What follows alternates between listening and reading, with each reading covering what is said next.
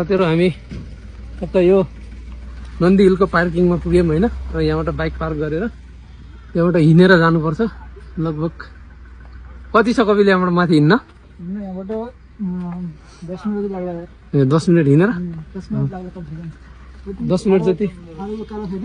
normal फलामकै हो यो तोपको कति गरम हो तोपको मुख नन्दी हिल्सको इन्ट्रान्स गेट क्या छ सनराइज भ्यू पोइन्ट सनराइज हेर्न फेमस छ क्या यता सनराइज भ्यू पोइन्ट सनराइज छैन अहिले त अब के लेक सक्यो तलब यो नन्दी हिलको मेन एट्र्याक्सनहरू यहाँनिर छ यो टिपु समर हाउस भनेको टिपु सुल्तानले समरमा आएर बस्ने ठाउँ घर भयो यो टिपु सुल्तानको एरिया थियो भन्छन् हैन अर्कावती रिभर ओरिजिन अर्कावती नदीको यो उद्गम स्थल भयो अनि यहाँनिर यो मन्दिर भयो श्री गाभी भन्ने मन्दिर टिपु ड्रप ट्रेकिङ रुट पनि छ श्री योगानन्देश्वर टेम्पल ठ्याक्कै यो यहाँनिर नन्दी हिलको मेन एट्र्याक्सनहरू यिनी नै हो यहाँनिर सानो एउटा पोखरी जस्तो छ हेरौँ है त बेङ्गलोरबाट हामी 50-60 किलोमिटर बाहिर छौँ यो डिस्ट्रिक्ट नै फरक पर्छ यो कुन डिस्ट्रिक्ट भनेको साथीले मैले भुलिहालेँ म तल मेन्सन गरिदिन्छु है त यस्तो छ माछाहरू पनि रहेछन् हौ टन्नै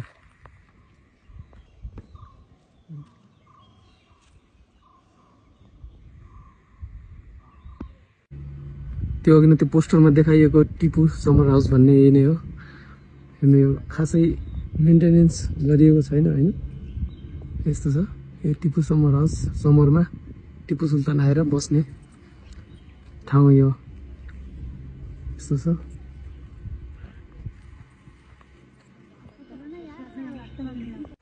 यो सानो यो जङ्गलको बाटो हुँदै